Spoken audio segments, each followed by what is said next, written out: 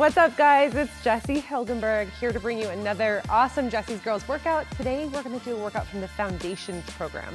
The Jessie's Girls Foundations program is super rad because it teaches you the foundations of lifting. And what that means is it's going to teach you form above anything else. Yes, it will help you build muscle. Yes, there is cardio and HIIT and amazing workouts in it for fat loss and building muscle. But the core of this program is learning how to do some of the biggest lifts. Those 4 big lifts in this program are the squat, the deadlift, the overhead press, and the pull-up. So today's workout, I'm gonna take you through one of the pull-up workouts, one of the pull-up days in the Foundations program. You're gonna see a little bit of a hybrid between a full body workout and a pull-up day workout. So you're gonna see some shoulder work for the warm-up. You're gonna see some awesome pull-up techniques that will help you build your strength and your form to be able to do pull-ups on your own one day, unassisted. You're also gonna see some unilateral lower body exercises. That's gonna help a lot with glute and core stability and strength, some anti-trunk rotation stuff so that you really learn how to control your body through these movement patterns and these 4 big lifts. And you're gonna see some awesome scapular range of motion exercises that are gonna help you with that scapular control, which is so important when it comes to those 4 big lifts. So let's go.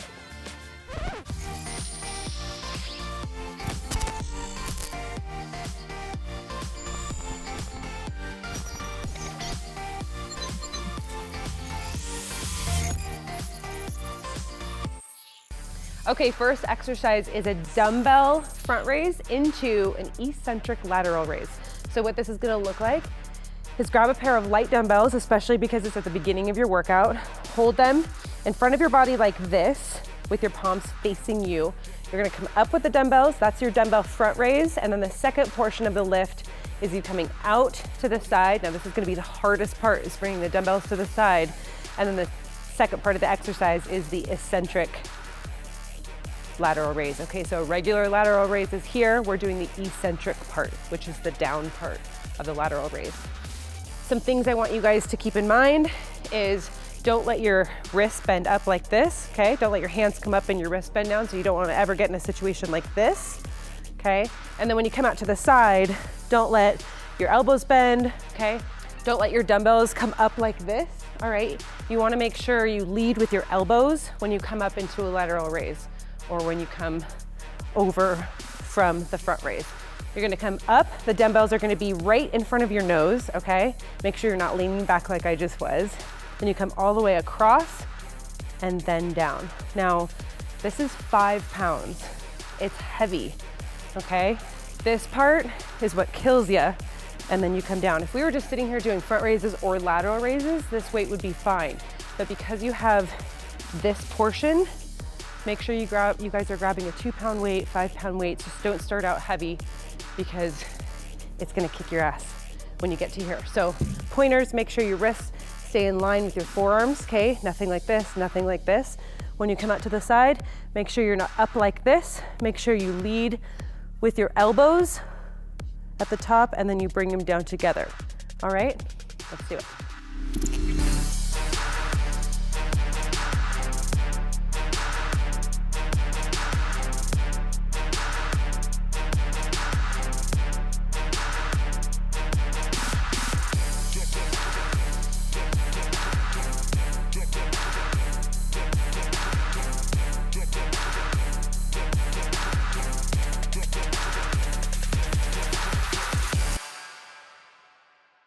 Okay, next up, we're getting right into some pull-up work. So we're gonna do a pull-up iso hold, which means you're gonna hold yourself up at the top of the pull-up bar for as long as possible, called failure time.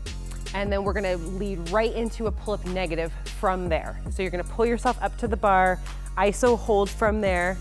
When you start to feel your strength weaken or when you're starting to lose your strength at the top of that bar, that's when you're gonna keep your form perfect and slowly lower down out of the pull-up. You see I have some hooks on my hands right here. You don't have to use these. They're not required, but these are probably 15 years old. I've been using them forever. It does not take away from any forearm strength or anything like that. I still have great forearm strength.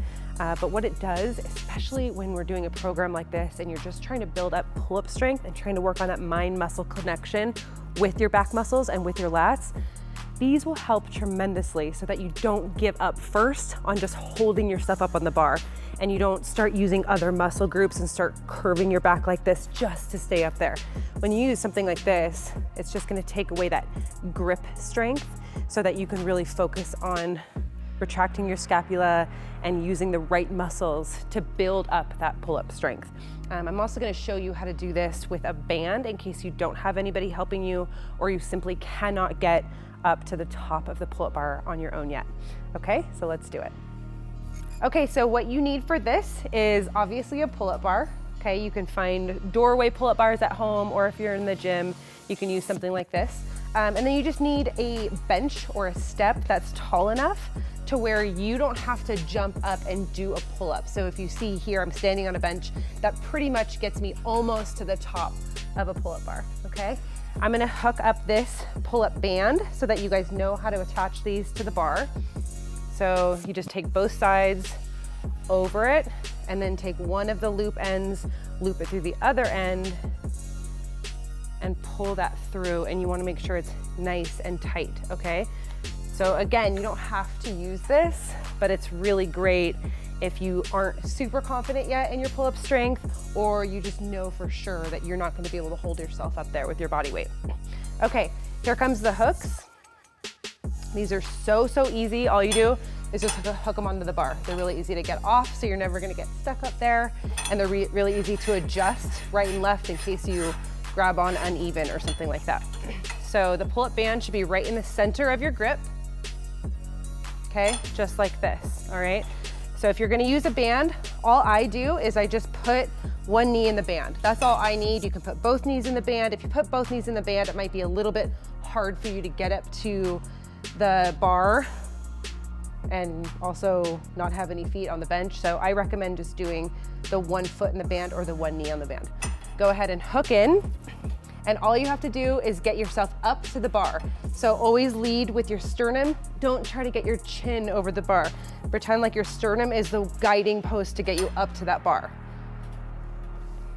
And this is the ISO hold, is you just holding it right here. Now what I don't want you to do is get your elbows forward or around your back. I want you nice and back with your elbows, okay? Almost like you're trying to pinch them together behind your back. Once you start losing strength here, you're just gonna lower down very slowly. Remember, my elbows aren't going forward. Keep your elbows out nice to the side and lower down until your feet are on the bench. And then do it again. Okay, the third exercise in today's workout is a COSSACK squat.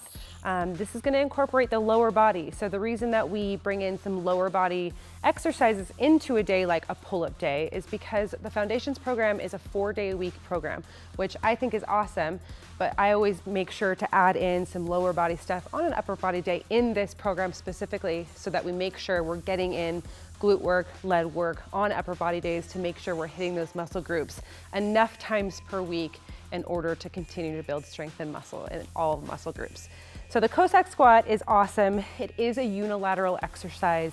It works the entire lower body, the quads, the hamstrings, the adductors, which are the inner thighs, and your glutes. What I love the most about it though is that it is a unilateral exercise and it helps open the hips. So this is very beneficial on squat and deadlift day.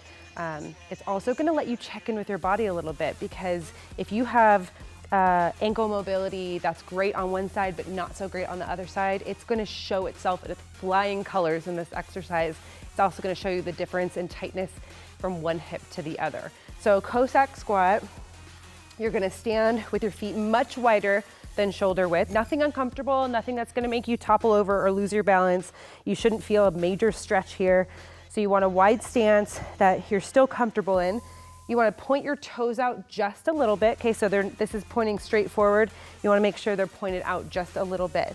And a COSSACK squat is you're just going to go down on one side as far as you can while keeping the non-working leg completely straight. You're going to dig that back heel into the ground to help you lift up. Don't come up all the way. Start bending that other leg and you go down. Now, if you guys noticed, you see how my heel is coming up off the ground a little bit? watch the other side.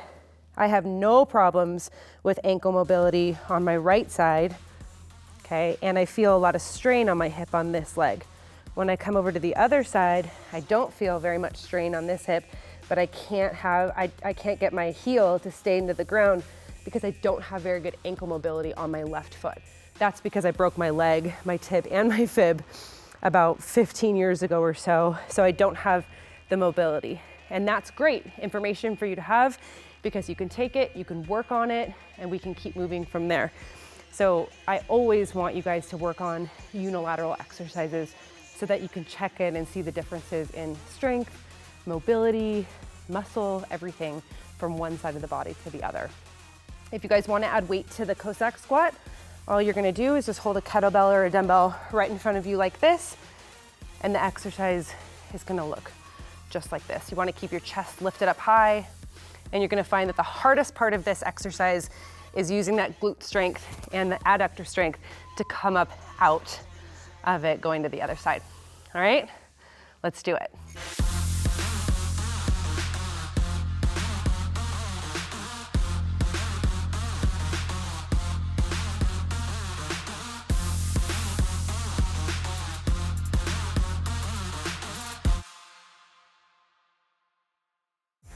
All right, next is a static lunge, bringing in another lower body exercise. Again, unilateral exercise, but we're gonna spice it up a little bit. We're gonna add some dynamic stability to this, so you're gonna need a band. And if you look up something like this on the internet, you can also see it called as RNT. Okay, so you're just gonna wrap a band around a steady surface, the same way we wrapped up that pull-up band. You want it to be at knee height, okay? You're gonna step into the band with the leg that's going to be forward in your lunge, okay? And that band is gonna be right above the knee. You don't need a lot of resistance, okay? You just want a little bit so that when you go into your static lunge, you wanna make sure you feel that band trying to cave your knee inward so that you constantly throughout the lunge are trying to bring your knee outward, resisting against that band, working the outer glute, okay? If you wanna add weight, it's gonna be right here, okay? Goblet style. It's awesome if you have like a bedpost or a squat rack like this so that you can hold on, but eventually I want you guys to not have to hold on at all and just be right here with your weight and go through the movement of the static lunge. It might look easy on camera, but once you guys start this, this adds a whole nother level to a static lunge, okay? Make sure your feet are about hip width apart, okay? Both feet are pointed forward. Go down into that lunge. Your knee's gonna wanna cave in. You just wanna make sure you keep trying to get that knee all the way out. And then obviously adding weight makes it even more challenging.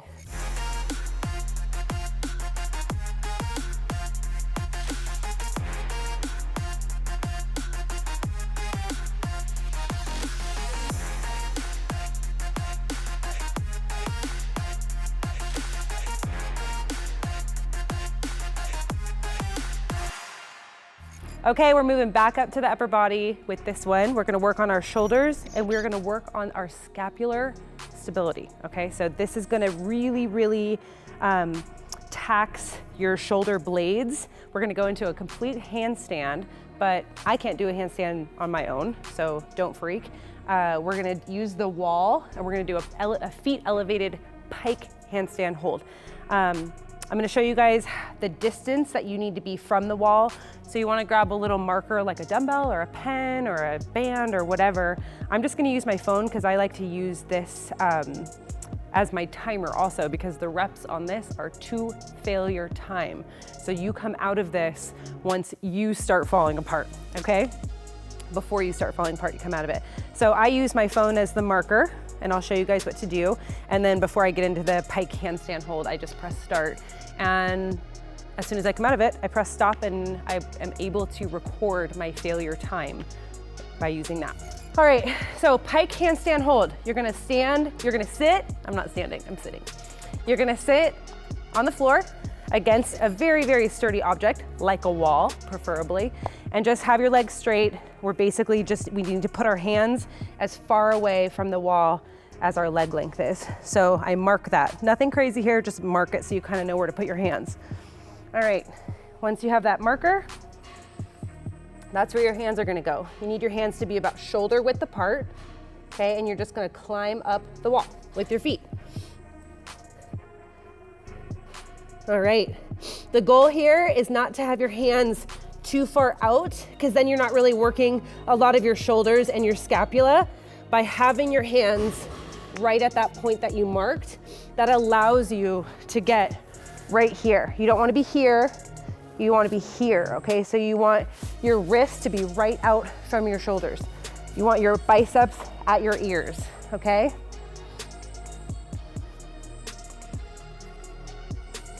I press start and I go. Make sure your chin is tucked, your ears are next to your biceps, and I don't want you guys sinking here, okay? I want you really pushing the floor away from you with your hands so that you don't sink into your shoulders, bend your elbows, anything like that. Really push the floor away, and it's gonna get really hard the harder you push the floor away with your hands.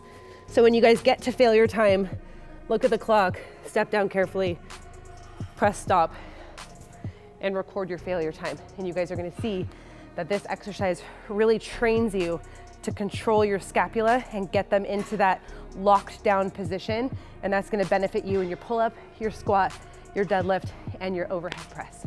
Let's go.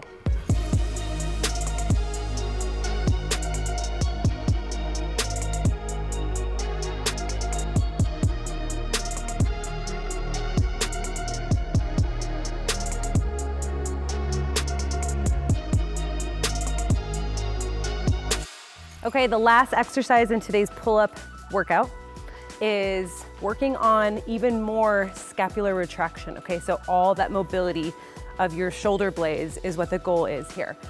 This is called a single arm scapular retraction push-up, okay? I'm gonna show you the regression and the progression here. This is the easiest way to do it. You're gonna just come up to a wall, make sure you're not reaching too far for the wall. Your wrists are gonna be right out from your shoulders, okay? My knees and my feet are equal distances apart, and everything is hip width, okay? Including my hands being equal width from my shoulders. Okay, once your hands are in position, you're gonna lose one hand because it's a single arm exercise. And all you're gonna do here, let me show you this side so you can see, all you're gonna do here is just work on that scapular retraction, okay? And if you don't have a lot of mobility back there, it's gonna feel really awkward at first because you're gonna be like, what am I doing? But what you wanna get is you wanna sink into your shoulder and let that scapula retract, okay? And then you wanna protract out of it, okay? So it should look just like this with absolutely no elbow bend, okay? And the more you work on this, the more you go through the Jessie's Girls Foundations program, you'll find that a really common element throughout the whole thing is scapular mobility, okay? Because that's so, so important when it comes to these 4 big lifts, okay? So here, here, okay? Here, here. And just like the COSSACK squat, you're gonna really be able to check in with your body and find out, okay, this side has more mobility than this side. Okay, if you're capable of doing a push-up on your own, the next progression here would be a push-up on your knees, okay? So get into your push-up position and have your knees on the ground, all right? Then you're gonna lose an arm and you're gonna sink into that shoulder and retract out of it, okay? Retract, protract, just like this, okay? And the goal here, and this is much harder to do when you're in a push-up position and not against the wall, is you're gonna wanna open up here and you wanna keep your shoulders square to the ground, your hips square to the ground as you go down and up. Switch arms and do the same thing. Now, if you're stronger than even that, and you wanna take it all the way, you're gonna have your feet a little bit wider for a full push-up, okay? You're gonna lose a hand, and you're gonna do the single arm scapular retraction push-up just like that.